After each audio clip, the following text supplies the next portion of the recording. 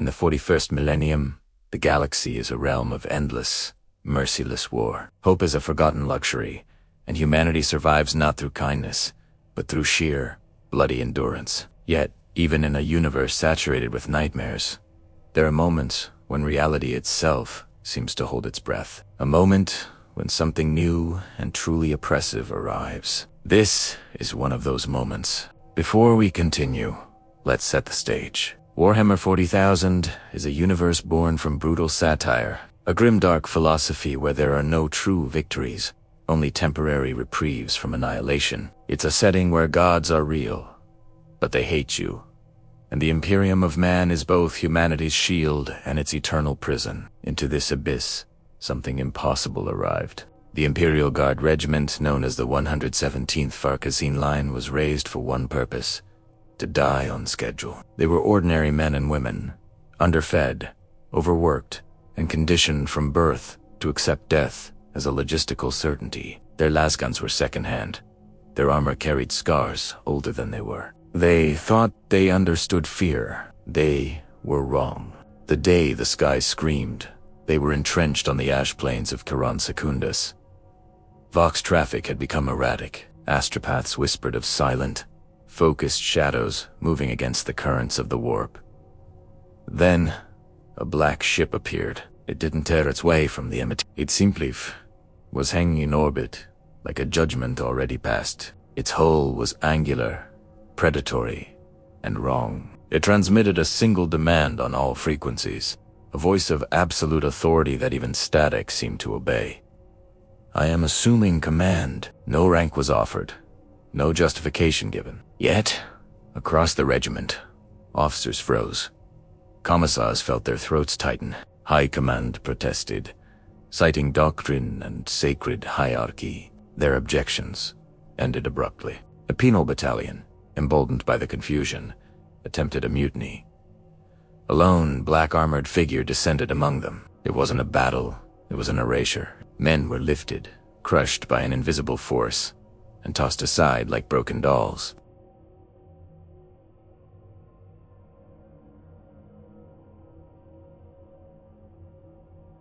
No further resistance was logged. He called himself Darth Vader.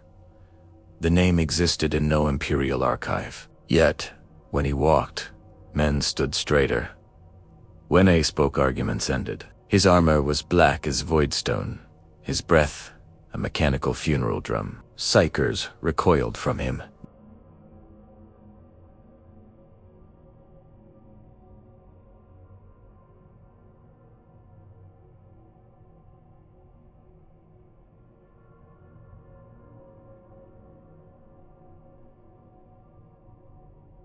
His words cut through the guard's culture of ritualized suffering and replaced it with something colder, sharper. He corrected formations with a gesture and punished failure with certainty. A missed order meant a man lifted into the air, choking, released only when understanding dawned in his eyes. There was no anger, only correction.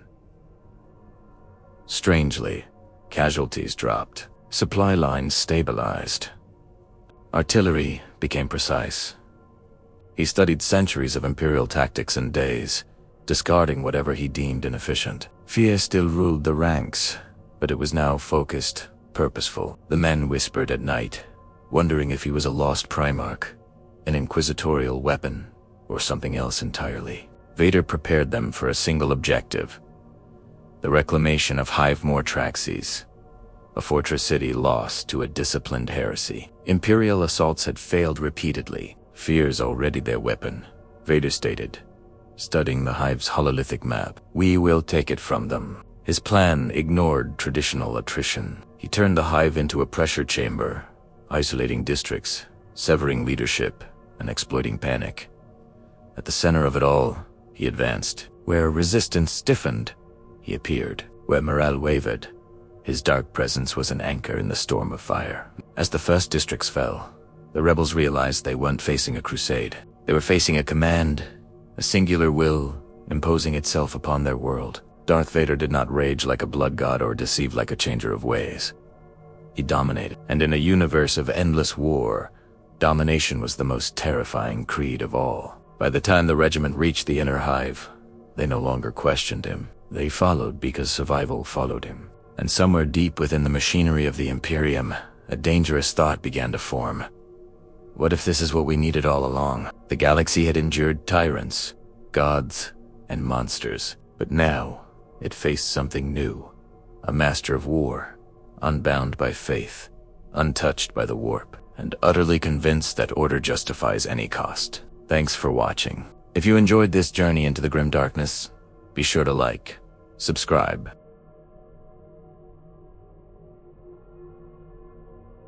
Hive Mortraxes didn't fall all at once. It collapsed inward, level by level, like a dying star consuming itself, under the command of a new, shadowy figure. The 117th Varkasine lines stopped fighting like expendable soldiers. It became something far more dangerous, a coordinated instrument of absolute will. The soldiers felt the change before they understood it. Orders arrived, not as shouted commands, but as perfectly timed directives through their coms, anticipating every enemy move with uncanny accuracy. Ambushes failed before they were sprung. Counterattacks met firing lines, already waiting. It was as if the enemy's thoughts were being read and corrected before they could even become action. This new commander was Darth Vader, and he was bringing a new kind of order to the endless war. Within the Hive's Cathedral District, the rebels made their final stand. They weren't just a simple heretical mob. They wore scavenged power armor, wielded stolen plasma weapons, and fought with a discipline that spoke of professional training. Their banners twisted the eye, bearing symbols that made sanctioned psychers bleed from the nose. Chaos was present, but it was restrained, controlled, almost organized. Vader sensed it immediately. Standing amid the ruins of a shattered basilica, he stated, "This rebellion is not spontaneous. Someone is teaching them how to resist fear. That was simply unacceptable." He advanced ahead of the regiment, his black cape trailing through smoke and drifting ash. Autocannon fire tore up the street, but Vader didn't slow down. Shells veered aside, mid-flight, crushed into scrap by an invisible pressure. When traitorous Darty's renegades of some forgotten chapter emerged from cover, Vader stopped and raised one gloved hand. The Space Marines froze, their enhanced muscles locking against a force they could not overpower. With a slow, deliberate gesture, he closed his fist. Ceramide armor buckled, bones shattered. These giants of war fell lifeless to the ground, killed without ceremony. The Imperial Guardsmen watched in complete silence. There were no cheers, no prayers. Only Howie, Commissar Halvek, a veteran of 3 brutal purges, felt something inside him fracture. He had spent his entire life enforcing obedience through terror and faith in the Emperor's judgment. But standing near Vader, he realized his methods were crude relics. This was fear refined into a weapon of absolute precision. For the first time, Halvik wondered if belief itself was simply inefficient. The inner sanctum of Mortraxes revealed the rebellion's true purpose. Beneath the hive lay a vast manufactorum temple, its machinery fused with demonic geometry. At its heart stood a coven of chaos sorcerers, their bodies bound to engines of warp resonance. They were attempting something unprecedented. Not a raging warp storm, but a stable, controlled breach into the a direct answer to the Imperium's reliance on unstable warp travel. The moment Vader entered the chamber, reality itself reacted. Warp energies twisted away from him, like fire recoiling from a vacuum. The sorcerers chanted, their voices layered with demonic echoes, trying to seize his mind, to tempt him with power and dominion. Vader did not resist them. He dismissed them.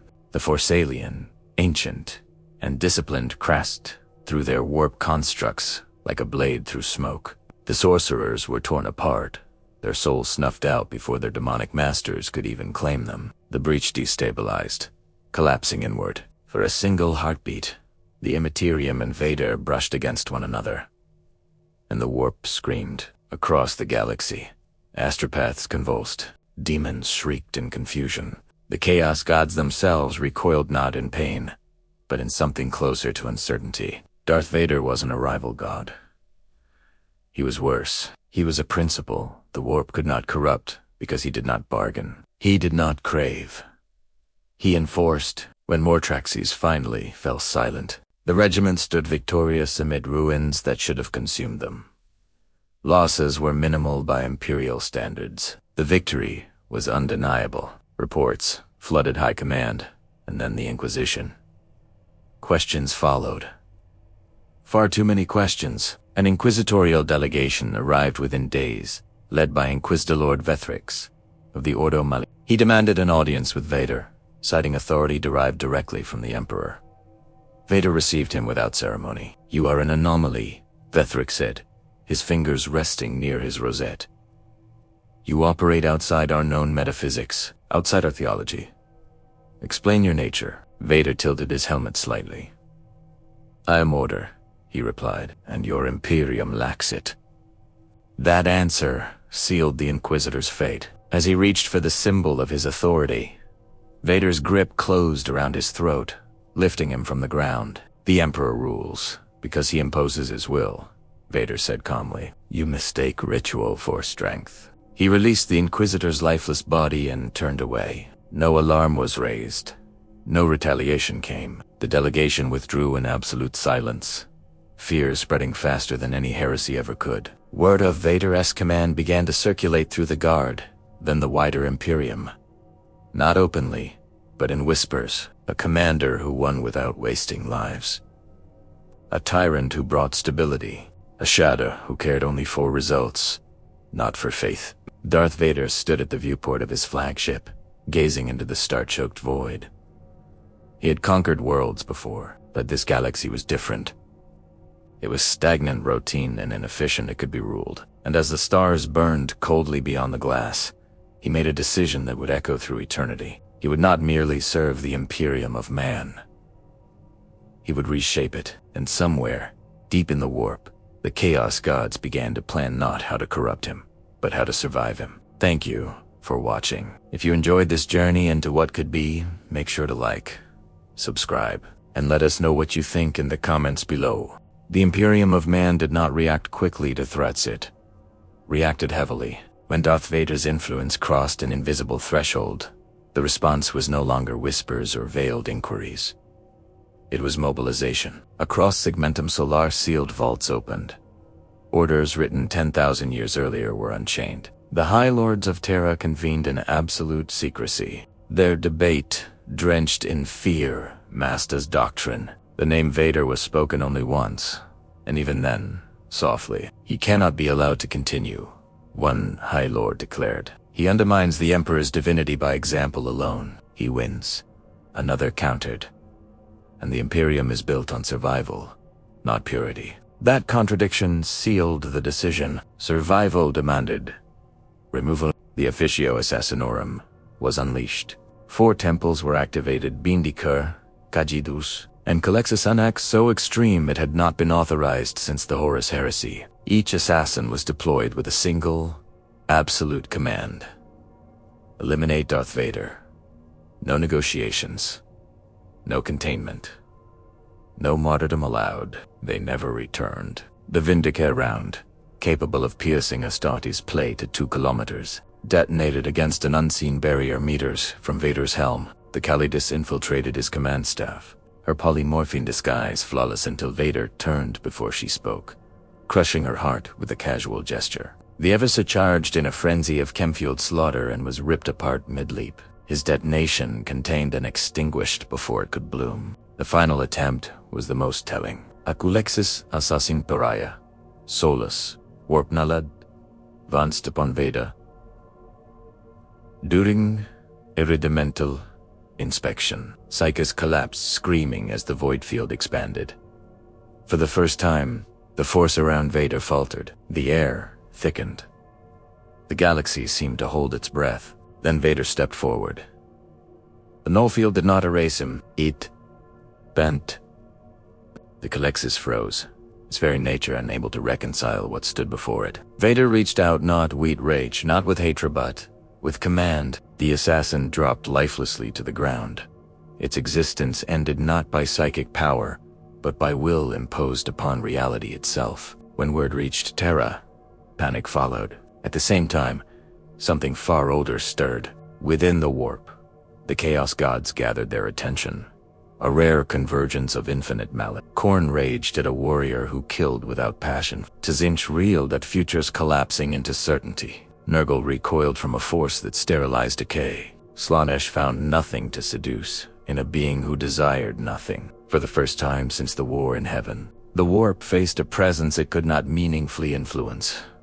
They chose confrontation. The moment came on the world of Sanctus Reach, where a warp storm bloomed with unnatural precision. Demonic legions poured forth knots in the screaming chaos of possession, but in ordered ranks, mimicking discipline, a mockery of Vader's methods. At their center manifested a demon prince of Tzinch, a being of impossible geometry and whispered futures, proclaiming itself the architect's answer. Vader arrived alone.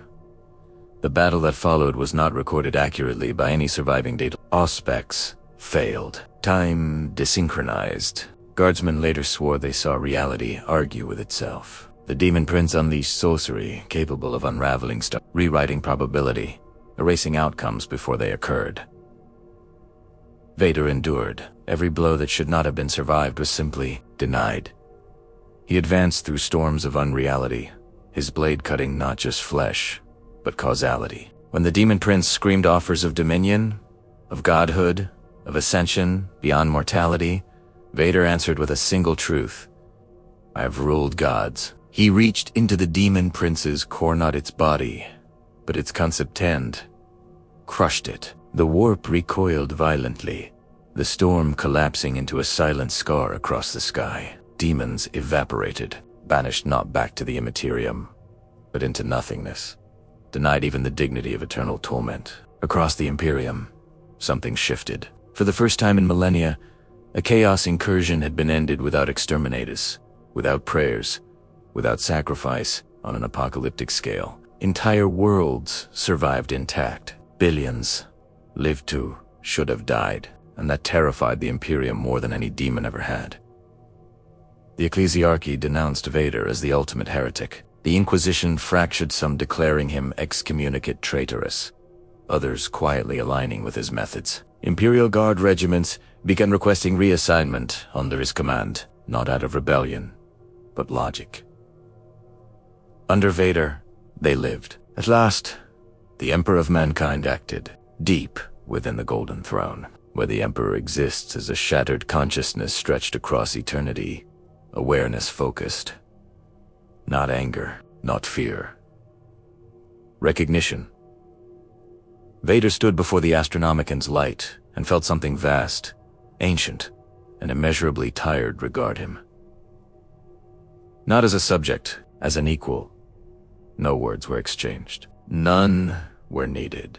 The Emperor understood what Vader was. Not a usurper, not a demon, not a god, but a Mirawan showing what the Imperium could have been had reason not drowned in worship. The choice was made in silence. Darth Vader was not destroyed. He was contained. A new command was issued, sealed beyond all clearance. Vader was granted dominion over the Imperium Neolusta Dark, half of the galaxy cut off by the Great Rift. Officially, it was a death sentence. Unofficially, it was surrender. There, beyond the Emperor's light, Darth Vader ruled. Worlds stabilized, warp storms diminished. Chaos was pushed back, not by faith, but by relentless enforcement. No gods were worshipped, no lies were told. Only order, imposed at unimaginable cost but less than the Imperium had ever paid before. And so the galaxy endured a new truth. In the far future, there was still only war. But now, there was something else. Control. And somewhere in the darkness between the stars, even the gods learned fear not of death, but of irrelevance. Because Darth Vader did not seek to end the Warhammer universe. He sought to finish it.